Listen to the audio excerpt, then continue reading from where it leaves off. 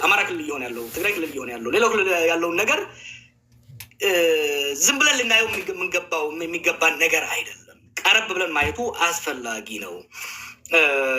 ስትራቴጂ ለኦሮሞ በነገራችን ላይ ሌሎች ወንድሞቻችን ልትረዱን የሚገባው ኢስ ትራጂክ። ባለፉት 8 ዓመታት አሁን በብዙ ጊዜ በኦሮሚያ ስለምጽፈው ትንኩርቱ እንኳን ታነባለ ሌሎቹ ላታነቡት ይችላላችሁ እንጂ ባለፉት 3-4 ወራት እያወጣሁት ያለው ጉድ እኔን ራሱ ሊያሳብረኝ ደርሷል። ኢንክሬዲብል አይ ኩድንት ብሊቭ ኦሮሚያ ውስጥ ኦሮሞ ነኝ ብሎ ስልጣን በያዘ ኃይል የደረሰው በደል ከዛ በፊት በነበሩት አገዛዞች የደረሰ አይደለም። ግድያው ብቻ ሳይሆን ያገዳደሉ ዘይቤ፣ ዘረፋው ቄሮ አምጾ ኢህአዴግን እጅን የተመዘዘው እኮ መሬት ሊቀራመጡ ነው ብሎ ነው። አሁን ክልሉ ሙሉ በሙሉ መንግስታዊና ኢ መንግስታዊ የሆኑ በኢህአዴግ ዘመን እኮ በደርግ ዘመን መንግስታዊ በደል ነበረ፣ መንግስታዊ ዘረፋ ነበረ። አሁን የመንግስት ዩኒፎርም የለበሰውም ይዘርፍሃል፣ ይገላል። በመንግስት ስር የተጠለለ የማፊያ ቡድንም ይዘርፍሃል፣ ይገላል። ሌሎች ወንድሞቻችን መረዳት የሚገባችው አሁን ኦሮሞ ከዚህ በፊት ኤክስፒሪየንስ ያላደረገውን እየተቀጠቀጠ ሲቀጠቀጥም ጩኸቱን ሊሰማ የማይችልበት ምክንያቱም በሱ ስም ሌላ በደል እየተደረገ መሆኑን ሌላው ማህበረሰብ እንዲረዳ ከፍተኛ ስራ ያስፈልጋል። የኦሮሞ ወጣትም የኦሮሞ ምሁርም የኦሮሞ አመራርም ከኦሮሚያ የዘለለ በሌሎች የሀገሪቷ ክፍሎች እየተደረጉ ያሉትን በደሎችና ችግሮች የመረዳት ኤክስትራ መሄድ መቻል አለበት። እንደዚህ አይነት ፎረሞችም ሊዘጋጁና ወደፊቱም የዛሬ ቅድም ከቴዲ ጋር ስናወራ ነበረ የዛሬው አፕታይዘር እንዲሆን ነው ቤዚካሊ ለአፕታይዘር እንዲሆን ነው እንጂ ወደፊት ከዚህ የተሻለ ሰፋ ያለ ውይይቶች እናዘጋጃለን። ራጅ ቅድም ብሏል፣ የብልጽግና ሰዎች መጋበዝ አለባቸው። አብሶሉትሊ ተጋብዘዋልም። እኔ አይደለሁም በነገራችን ላይ ብዙዎቻችሁን የጋበዛችሁት እዚሁ ቲክቶክን በደንብ ስለማላውቀው እዚህ ላይ ጥሩ የሆኑ የተለያየ አመለካከት ሊኖራቸው የሚችሉ ከተለያየ የፖለቲካና የማህበረሰብ ክፍል እንዲመጡ ነው የተጠየኳቸው። የጋበዟቸውን ነግረውኛል። አንዳንዶቹ እዚህ ብሔራዊ ውይይቱ ላይ የተሳተፉ ስለሆነ መምጣት አልቻሉም። ወደፊት ግን አብሶሉትሊ መምጣት አለባቸው። የገባንበት ሀገራዊ ችግር በሀገራዊ ውይይትና በጥልቅ ድርድርና ክርክር ብቻ ነው የሚፈታው። መምጣት አለባቸው። ለሚቀጥሉት ተራ እሰጣለሁ። ያው ሰዓቱንም ገፋ እያደረግ ነው ለተመልካችም እድል እንዲሰጥላችሁንም አብዛኞቻችሁን ጋር እንተዋወቃለን።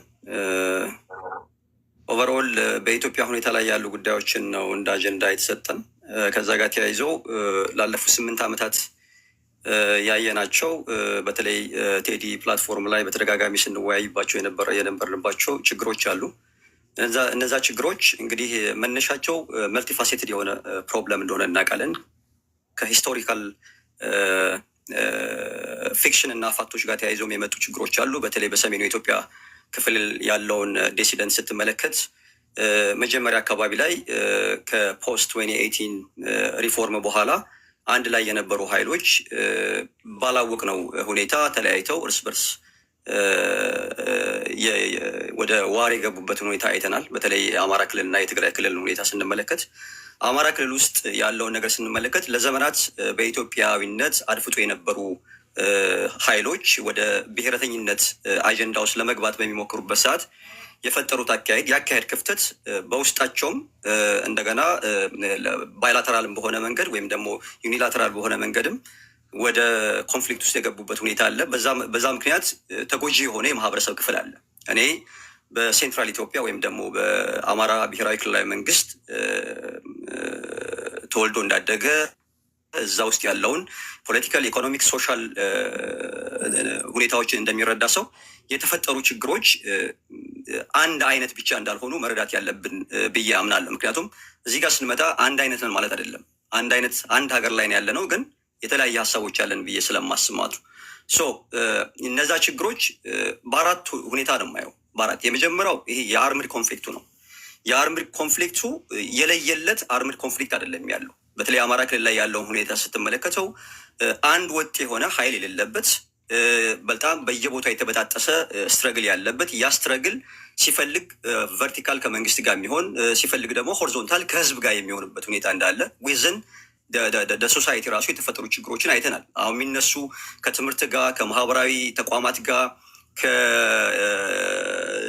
ሰላምና ጸጥታ ጋር ተያይዞ ያሉ ችግሮችን ስትመለከት በአንድ ወገን የሆኑ እንዳልሆኑ የምታያቸዋል። የሆነ ታይም ላይ መንግስትን ባካፕ አድርጎ ሲንቀሳቀስ የነበረ ኃይል ከመንግስት ተቃራኒ ሆኖ መንግስትን የሚወጋበት ሁኔታ፣ ያ መንግስት ደግሞ እነዚህን ኃይሎች ለይቶ መስራት ያለበትን ጉዳይ መስራት ሲገባው ህዝብን እንደ ህዝብ ታርጌት አድርጎ አሁን ላይ የሃይማኖት ተቋማቶች፣ ገዳማቶች፣ መሳጅዶች ማን ምን አደረጋቸው የሚባል ነገር በማይታወቅበት ሁኔታ እየወደሙ ያለበት፣ እነዛ ውድመቶች ደግሞ ማህበረሰቡን እረፍት የነሱ ሁኔታዎች የፈጠሩበት ሁኔታ እየተመለከትን ያለው። ቅድመም ስታነሳው ነበረ። ለምሳሌ የትግራይ እና የአማራ ክልል ላይ ያለውን ኮንፍሊክት ከፕሪቶሪያ ጋር እንዳይገናኙ የሚፈልጉ ሰዎች አሉ። ፕሪቶሪያ በሜን ኢሹ ለእኔ ማለት ነው። ከፕሪቶሪያ በፊት የነበረው ሀገርን ማዳን በሚል ዘመቻ ውስጥ ተሳትፎ የነበሩ ኃይሎች ፖስት ፕሪቶሪያ ተገለናል በሚል ወይም ደግሞ እኛን ኢንክሉሲቭ ያልሆኑ ዲያሎጎች ናቸው። እኔ አምንበታለሁ። ያን ቅድም ጀዋርም ሲያነሳው ነበረ። እኔና እዚህ ውስጥ ያለን ሰዎች በጋራ ለፈጠርናቸው ችግሮች እኔ እናንተ ብቻ ተለይተን ሌሎቹን አግለን የምንሄድ ከሆነ ችግር እንደሚፈጥር አውቃለሁ። ነገር ግን ያንን ህዝቡ ራሱ በአግባቡ እንዲረዳው ተደርጓል ብዬ አላምንም። አማራ ክልል ውስጥ ማለት ነው። አማራ ክልል ውስጥ ሪፕሬዘንቴሽን የጎደለው የፖለቲካል ዲስኮርስ የሚካሄድበት ነው።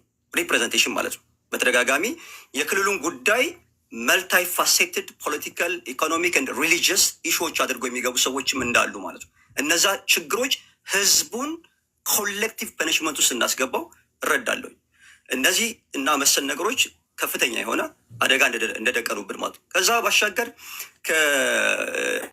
የሰሜኑ ጦርነት ከተገባደደ በኋላ በነበሩት ሁኔታዎች መንግስት ከዛ በፊት ይዟቸው የመጡ የኢኮኖሚክ ፕሮብለሞች፣ ሶሻል የሂስቶሪካል ፕሮብለሞችን መፍታት ባለበት ሰዓት ለመፍታት ዝግጁ ባለመሆኑ፣ ለምሳሌ አሁን የሀገራዊ ምክክር የሚባለው ጉዳይ በተደጋጋሚ ተቃዋሚ ኃይሎችም በውስጥም ያሉ የሲቪክ ማህበራት ወዲያውኑ መካሄድ አለበት ብሎ የሚያምኑበት ሁኔታ እንደነበረ እናውቃለን። እነዛ ነገሮች በመገፋታቸው ምክንያት አሁን ላይ ያለንበት ተግዳሮቶች እንደገባን ይሄ የራሱን ሚና እየተጫወተ እንደሆነ፣ በዋናነት ደግሞ የኢኮኖሚክ ሪፎርሙን ከዚህ በፊትም ተነጋግረናል።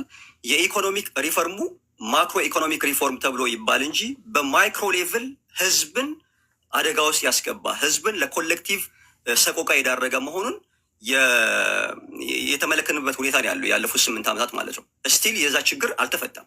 እነዚህ ችግሮች የማይፈቱ ከሆነና እነዚህን ችግሮች ለመፍታት ሬዲነስ የጎደለው ኃይል ከሆነ ያለው ከውጭም ከውስጥም ያለው ኃይል ህዝቡ እንደ ህዝብ መከራ ውስጥ የወደቀ መሆኑን እንረዳለን። ይሄ የምናየው ነው። ከዛ ባሻገር ኢቨን የሀገሪቱ ሁኔታ ሁላ ስቲል አሁን አንዱ አጨቃጫቂ የሆነ ጉዳይ አለ። የፌዴራል ኃይሎች አሉ። ሀገሪቱ በፌዴራሊዝም መቀጠል አለባት ብለው የሚያስቡ ሰዎች፣ እነዛ ኃይሎች ጋር የሚሰሩ ሰዎች አሉ። በኢንሄረንትሊ የሀገሪቱ ሁኔታ የፌዴራል ሲስተሙ ያመጣብን ችግር ነው አሁን ላይ ለገባንበት የሚሉ ኃይሎች መልሰው ደግሞ ከፌዴራል ኃይሎች ጋር ሆነው ሀገሪቱ ላይ የሚካሄደውን ነገር የሚታገሉበት ሁኔታ አለ፣ የምትመለከተው ማለት ነው። ብሔረተኞች ናቸው። ብሔረተኝነት ችግር አመጣብን ብሎ የሚሉ ሰዎች አሉ። ብሔረተኝነት ውስጥ የገባ ነው ደግሞ አማራጭ ስላጣን ነው ብሎ የሚሉ ሰዎች አሉ። በዋናነት እነዚህ ኃይሎች ሚናቸውን ባለመለየታቸውና ላለፉት 8 ዓመታት አሁን እንዳውም ለውጦች እየመጡ ነው የሚታየኝ። ይሄ ሆሪዞንታሊ ከሌሎች ብሔሮች ጋር ያሉትን ችግሮች እየተቀረፉ የመጡበት ሁኔታ ነው ያለው። ለምሳሌ በትግራይና በአማራ ክልል መካከል ያለው ችግር እኔ ሁልጊዜ የሚያሳስበኝ ጉዳይ ነው። ሜን ፕሮብለም ነው ብዬ ስለማስመር ኮንቴስትድ የሆኑ ኤራዎች አሉ። አሉላ እና ትንግርቱ፣ አሉላ እንደ ትግራዋይነቱ፣ ትንግርቱ አማራ ነኝ ብሎ ነው የሚያምነው። እንደ አማራነቱ በጎናቸው የሚያስቀምጣቸው ጉዳይ እኔን ይጎዳኛል ብዬ አስባለሁ። እዛ ቦታ ላይ ተወልዶ እንዳደገ የዛ ክልል ነዋሪ እንደሆነ፣ ምክንያቱም የክልሉ የስርዓት አወቃቀር ከቴሪቶሪያል ባሻገር ሂስቶሪካል ፊክሽን እና ፋክቶችን ይዞ የመጣ ስለሆነ ማለት ነው። እነዛ ችግሮች አሁን ላይ ላለንበት ተግዳሮት አንዱ ፕሮብለም ነው ብዬ ስለማስብ ማለት ነው። እነዛም ባልፈታንበት ሁኔታ እኔና አሉላ፣ እኔና ትንግርቱ በኢትዮጵያ ነባራዊ ሁኔታ ላይ ልናወራ የምንችልበት ጉዳይ ለእኔና ለሶስታችን በመድረክ ደረጃ ላይ ያስቀምጠን ይችላል። ግን ሶስታችንን ለሚመለከቱ ሰዎች እና መሬት ላይ ላሉ ሰዎች ግን ቅዠት የሚመስላቸው ሁኔታ አለ። በምን ሁኔታ ነው የሚስማሙት? ለምሳሌ እኔ ወሎ ተወልዶ እንዳደገ የወሎ አይዴንቲቲ እንዳለው ሰው ወሎ አይዴንቲቲ ነው ብሎ እንደሚያምን ሰው ወሎ አካባቢ ላይ ባለፉት 40 ዓመታት ሲደረጉ የነበሩ ነገሮችን አልቀበልም። ለነዛ ችግሮች ፕሮብለሙ ማን ነው ብዬ ሳስብ አሁን ላይ ተገፍተናል ብሎ የሚሉ ኃይሎችም ዋናዎቹ ናቸው ብዬ ስለማስብ ማለት ነው። እነዚህን ነገሮች መፍታት የማንችል ከሆነ የሀገሪቱ ችግር ይቀረፋል ብዬ አላስብም። ያንን ደግሞ በዋናነት ከፍተኛ አደጋ እየጋረጠበት ያለው የስርዓቱን እየመራው ያለው የብልጽግና መንግስት ነው። የብልጽግና መንግስት ውል የለየለት ስራ እየሰራ ነው ብዬ አላምንም። ውል የለየለት ስራ ማይሰራ መንግስት ባለበት ውስጥ ሆሪዞንታል ያሉ ፕሮብለሞች ይፈታሉ ብዬ ስለማላስብ ሀገሪቱ ሁሉን አካታች የሆነ ሰላማዊነቱን የጠበቀ ምክክሮች፣ ንግግሮች ያስፈልጋቸዋል ብዬ አምናለሁ። አሁን የሚደረጉ ነገሮች አሉ፣ ቅድም እንዳነሳው እነዛ ነገሮች ግን ሪፕሬዘንቴሽን ጉለት አለባቸው ብሎ ከሚያምኑት ሂደቱ ጥሩ ነው። ሂደቱን እኔ አላጣጥልም። ምክንያቱም እኔ በማይል ርቀት ላይ ያለው ሰው ነኝ። መሬት ላይ ያለውን ነገር የሚወያዩ ሰዎች ናቸው በደንብ አንቲሲፔት የሚያደርጉት። የሚወጡ መረጃዎችን ስንመለከት ግን ለዘመናት ስንጨቃጨቅባቸው የነበሩ ጉዳዮች እንደ ሀሳብ ተነስተዋል። አሁን ትልቁ ችግር እኔ ካላወራሁት፣ እኔ ካልተናገርኩት መፍትሄ አይመጣበትም የምንል ሰዎች ልንኖር እንችላለን። አይ ያ መፍትሄ ያን ጉዳይ ተመልክተን በዛ ላይ መጨመር አለብን ብለው የሚያስቡ ሰዎችን እኔ ችግር ያ የነበረው ምንድን ነው? የትግራይ ጉዳይ ስንጀምር አማራም ኦሮሚያም ያለው ነገር ልጅ ሆኜ እኔ የፍየል እረኛ ነበርኩ እና ፍየል ስታስራት በገመድ አትቀመጥም፣ ትዞራለች እንጨቱን። ውስብስብ የሆንና ከዛ ጫፉ ይጠፋብሃል፣ ልትፈታው የማትችልበት ደረጃው ሲገባል እና የኢትዮጵያ ችግር አሁን የትግራይም ከዚህ ጋር የተያያዘው ህወሓት ከ91 ጀምሮ ስልጣን ላይ የነበረ ኃይል ነው። በትግል ስልጣን እንዲለቅ ተደረገ። ለፈርስት ስቴፕ ውድ ሃቭ ቢን ሪኢንቴግሬሽን ከነበረው የበላይነት ግን ዝቅ ብሎ የሚሄድበትን ሁኔታ መፍጠር ያስፈልግ ነበረ። ይሄ ምን ያስፈልጋል? ድርድር ያስፈልግ ነበረ። አንድ ስልጣን በበላይነት የያዘ ኃይል ኢንሴኪሪቲ ይሰማዋል። ኢንሴኪሪቲ ማለት እንደ ግለሰብም በስልጣን ላይ በነበሩበት ወቅት ለተደረገ ስህተቶች፣ ለተደረጉ ጥፋቶች በቀል ሊመጣብኝ ይችላል ወይ የሚል ፍራቻ፣ ሌጂቲሜት የሆነ ፍራቻ አላቸው። እንደ ፖለቲካል ኮሚኒቲ፣ እንደ ፖለቲካ ማህበረሰብ ደግሞ ከጎና ጎን ያሉ ቁርሾች ስላሉ ልገለል፣ ልጠቃ እችላለሁ ወይ የሚል ወደ ኤክስቴንሽን ኢንሴኪሪቲ፣ ኮሌክቲቭ ኤክስቴንሽን ኢንሴኪሪቲ የሚያደርስ ስሜቶች ገና ከመጀመሪያው የተጀመሩ ነበር። ትዝ ካላችሁ ያኔ እኔም አሉላ የምንከራከር ነበር። የነበረን ግን የጋራ አቋም ምን ነበር? የትግራይ ልሂቃን ወደ መቀሌ መውጣታቸው ወይም ደግሞ መገፋታቸውም ሆነ መርጠውም ቢወጡ መነሻው እዛ ጋር ነው። መካከሉን ከስልጣን መልቀቅ አንድ ነገር ሆኖ ግን ተገፍተው ወደ ሆም ሪጅን ሲገቡ ሴግሪጌሽን ተፈጠረ፣ ጋፕ ተፈጠረ፣ ንፋስ ገባው ማለት ነው። ቅድም እንዳልከው የኢትዮጵያ ችግር መነሻና መጨረሻ አብይ አይደለም፣ ግን የሀገሪቷን በትረ ስልጣን ቁንጮ እንደመሆኑ የሽግግሩን የመምራት ኃላፊነት የያዘው እሱ እንደመሆኑ አብዛኛውን ድርሻ በእሱና በቲፒኤልኤፍ መካከል 100 ሜትር ርቀት ካለ 70 ሜትር መሄድ የነበረበት እሱ ነበር፣ ወደ ሪኢንትግሬት ለማድረግ ሪአሹራንስ ለመስጠት። ከዛ ይልቅ ነገሮችን የሚያባብስ ከኤርትራ ጋር የነበረው ጉዳይ የመጣው በሚዲያ በማህበራዊ ሚዲያ የመጣው ትርክት ወንጀል ሰርተው ህዝቡ መደበቂያ ለሚያደርጉትም የህዝባቸው እጣ ፈንታ ለሚያሰጋቸውም አንድ ላይ ሆነው ወደ ጦርነት እንድንገባ አደረገ። ፕሪቶሪያ ወቅት ደግሞ ከፕሪቶሪያ በፊት ለምሳሌ አንዱ ትልቁ ችግር መፍታት ሊፈታበት የሚችለው የኢህአዴግ መድረክ ነበር። የኢህአዴግ መድረክ ዲሞክራሲያዊም ባይሆን ዲሞክራሲያዊ በሆነ መልኩ የኤሊት ባርጌን፣ የሊቃን ባርጌን የሚደረግበት የስልጣንና የሀብት ክፍያ ድርድሮችና ክፍያዎች የሚደረጉበት ኤሊት ማኔጅመንት፣ ፖለቲካል ማኔጅመንት የሚደረግበት መድረክ ነበር። ያ የፈረሰበት ሂደት አንደኛ ማፍረሱ አስፈላጊ አልነበረም፣ ሪፎርም ነበር መደረግ ነበረበት። የፈረሰበት መንገድ ዲሞክራሲያዊ ስራ ስላልነበረን፣ ዲሞክራሲያዊ ስራ ቢኖር ድርድርና የስልጣንና የሀብት ክፍፍል በፓርላማ በሀውስ ኦፍ ፌዴሬሽን ይካሄድ ነበረ። ኢህአዴግ ዲሞክራሲያዊ ስርዓት ባለመሆኑ ይህ ዲሞክራሲያዊ በሆነ መልኩ በፓርቲ ነበር ውሳኔዎች የሚወሰኑት። ያ ፓርቲ ሲፈርስ የመደራደሪያ፣ የመከራከሪያ፣ የመነጋገሪያ መድረኩ አጣ ነው። ጦርነት ገባል። በጦርነት 2 ዓመት ከተጨፋጨፈን በኋላ እድል አገኘንና ፕሪቶሪያ ላይ ተኩስ ማቆም ቻለ። የፕሪቶሪያ ስምምነት ግን ወደ ጦርነት ያስገቡንን ምክንያቶች የፈታ አልነበረም። ወደ ጦርነት የገባ ነው በወልቃይትና ጠገዴ። ሁለተኛ ትግራይ እንዲሁም ህወሓት በመጪዋ ኢትዮጵያ ውስጥ ምን አይነት ቦታ ይኑራት የሚለው ጥያቄ ነው ወደ ግጭት የፈጠረ። ወደ ግጭት ያስገባን በአብይና እሱ ስልጣን የያዙ ኃይል ወደ መቀሌ ሄደው ህወሓት እንደ መሪነት ግን ከኋላቸው ያለው ኮንስቲቱንሲም የወደፊት ግንኙነቱ የስልጣንና የሀብት ክፍል የሴኩሪቲ ጉዳይ እንዴት ይሁን የሚለው ነው ወደ ጦርነት ያስገባል። ከጦርነት ፕሪቶሪያ ላይ ግን አደራዳሪዎቻችንም ወይ አልገባቸውም ወይ ሸረኞች ነበሩ። ነገሮችን ከስር መሰረቱ የመፍታት ፍላጎት አላሳዩ። ይሄን ምለው ቀጥታ ተሳታፊ የነበርኩ ሲያደራድሩ የነበሩትም ተደራዳሪ የነበሩትም ሰዎች ሰማቃቸው የፖለቲካ ኢሾችን ወደ ጦርነት ያስገቡን መንስኤዎችን ወደ ጎን ያገለለ ነበር። ናይሮቢ 1 እና ናይሮቢ 2 ላይ ሞር ጦርነቱን እንዴት እናቆምና ከዛ ለያ ጦርነት እንዴት እንዘጋጅ ውስጥ የተገባው። ከዚህ በፊት ወደ ጦርነት ያስገቡን ችግሮች ቅድም ያልኳቸው የፖለቲካዊ ማህበራዊ ጉዳዮች፣ የሴኩሪቲ እና የስልጣን ጉዳዮች ተደራድሮ የወደፊቷ ኢትዮጵያ ውስጥ የትግራይ ቦታ እና የትግራይ ሊቃን ቦታ ምን ይሁን የሚለውን ከመደራደር ይልቅ ከመነጋገር ይልቅ አብይና በአዲስ የታረቁት የህወሓት ኃይሎች እንዴት ተስማምተን ኤርትራን እንውጋ ነበረ። ምን ዋሻቸው ነገር አልነበረ። አወዜር ናይሮቢ ተው አይሆንም። አዙሪት ውስጥ ነው የምንቀጡን። ሪሜምበር 2018 ኢሳያስና አብይ እንደዛ ሲያስጨፍሩን ይሄን ነገር ጸረ ህወሓት አላያንስ አታድርጉት። ይሄን እድል ተጠቅመን በኤርትራና በኢትዮጵያ መካከል የሰከነ በድርድርና በተቋማዊ መሰረት ያለው ስምምነት ላይ እንድረስ።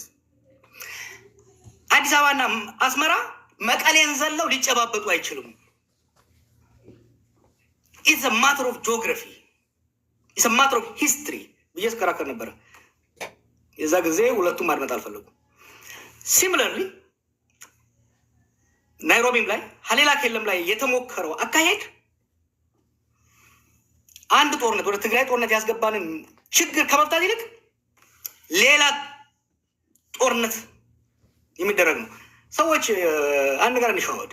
ይሄ ኤርትራ፣ ኢትዮጵያ፣ ትግራይ፣ ኦሮሞ ምናምን የምንለው ነገር ክፍሎችን ቢኖሩ ደግሞ ብዙ ሚስጥር የለንም። we are one community ደረጃ ካየኸው we are one community ብዙም ሚስጥር አይኖርም። በአስመራና በአዲስ አበባ መካከል፣ በመቀሌና በአስመራ መካከል እኔ ሄጄ ለአሉላ ሹክ ብለው አሉላ መጥቶ ለቶላ ለገብረየስ የማይልበት ብዙ ምድር የለም። አይ ኖ ዚስ ፍሮም ኤክስፒሪየንስ። ናይሮቢ ላይ የተደረገው ውይይት አስመራ ወዲያው ነው የደረሰው። ሴም ቲንግ ከዛ በፊትም አዲስ አበባ ላይ ጅማ ላይ ኢሳያስና አብይ ሲያደርጉ የነበረው መቀሌ ሲደርስ ነበር። ምን ፈጠረ? ይሄ ጥርጣሬዎችን እያባባሰ ሄደ እና ከዛ ወዲህ ደግሞ የትግራይ የውስጥ ምስቅልቅልነቱ በተወሰነ ደረጃ የአብይ ኮንትሪቢሽን የነበረበት ህወሓት ያው በጣም ጠለቅ ማለት አልፈልግም እንጂ ህወሓት ከመለስ ሞት በኋላ ህወሓትም ኢህአዴግም ክራይሲስ ውስጥ ገቡ። የዛ ውጤት ነው አንዱ። ምክንያቱም ለረጅም ጊዜ በመለስ ጭንቅላት ላይ የተመሰረተ አካሄድ ስለነበረ እሱ ሲሞት ስበቱ ሴንተሩን እየለቀቀ ነው የመጣው። እሱን የሚተካ አመራር አለማግኘታቸውም አስፈላጊ መሆኑን we have to sympathize። ዝም ብለን ህወሓት ዛሬ ያለው ህወሓት እና የዛሬ 10